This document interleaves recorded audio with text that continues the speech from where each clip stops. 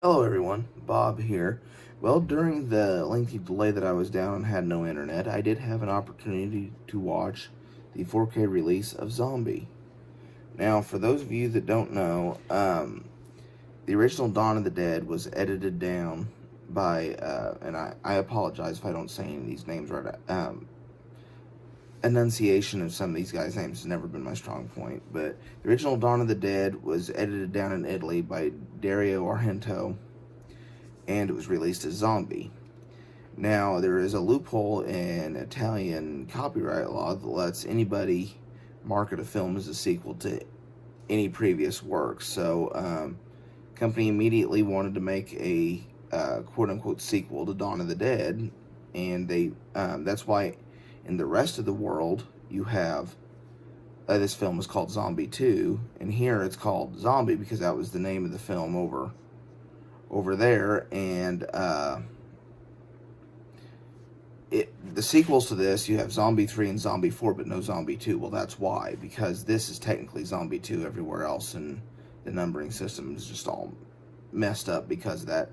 It's kind of like what they did with the Final Fantasy releases if you're a gamer. But anyway, again, I apologize about saying this name. Lucio Fulci is the one that ultimately directed it. It was shot in June and July of 1979, and it was actually released the following month in August. That is a quick turnaround. It made more money than at the Italian box office than Zombie, the Dawn of the Dead did.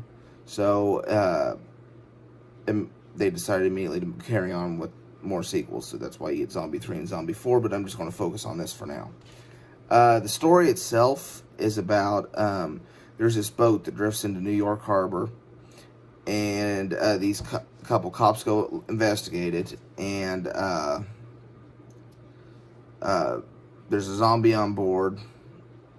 One of them gets killed, one of the cops, and the police question this young lady played by Tisa Farrow, and because it's her father's boat, she says he was doing some kind of research on an island called Matul, and she doesn't buy into the police story necessarily, and neither does there's a reporter played by Ian McCulloch, and they hire a couple going to be going on vacation. They're going to go down that way, and they hire them to take them to Matul along the way, and that's where they meet her father's co-scientist, I guess you'd call him, and all the zombie shenanigans that go on there. This film does is a lot more graphic than Dawn of the Dead was. It's very the music is very good. It's very effective. It's a very solid entry into the what I'd call is like a zombie universe. But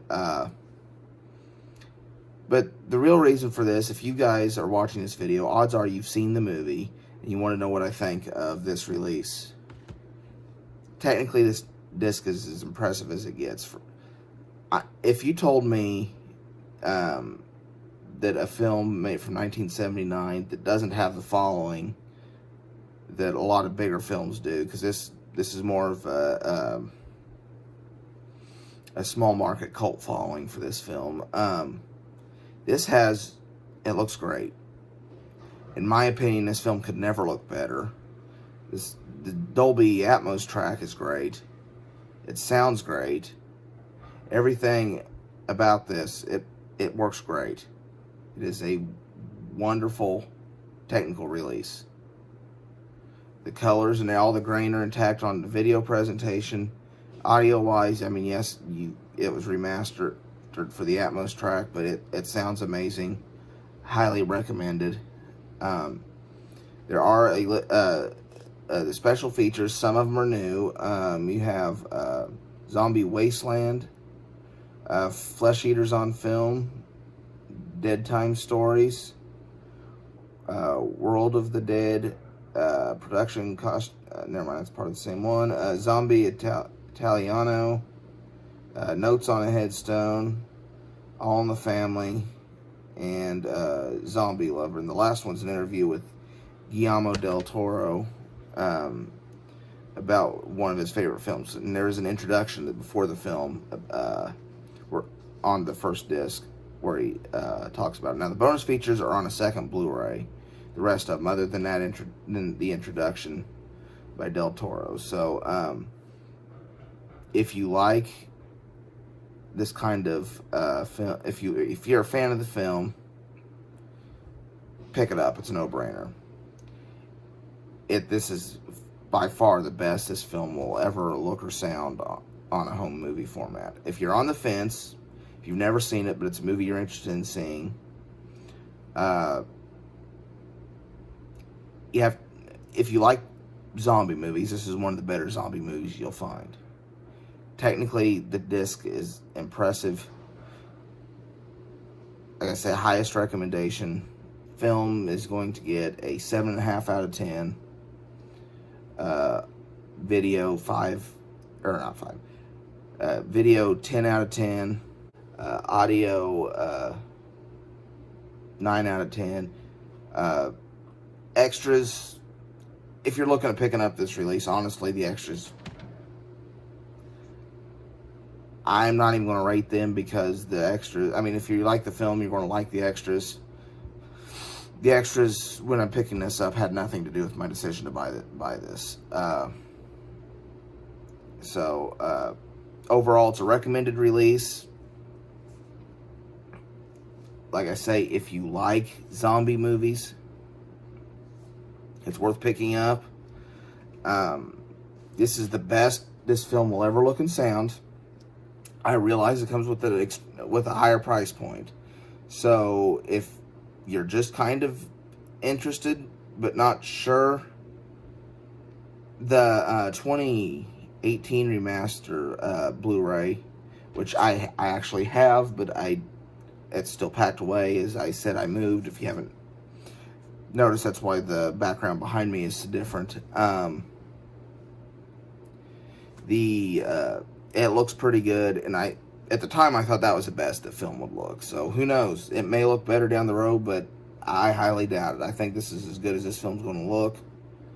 Highest recommendation. That's all I've got for now.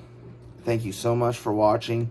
I'm hoping that this means my internet's fixed. I can go back to getting at least one video out a day now. I'll try to have a few days in there where I get multiples, just to get the backlog kind of worked out. Please consider subscribing to my channel if you enjoyed the content of this video, and give the video a like.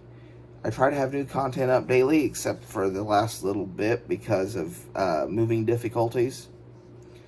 And that's all I've got. So that for now, this is Bob signing off.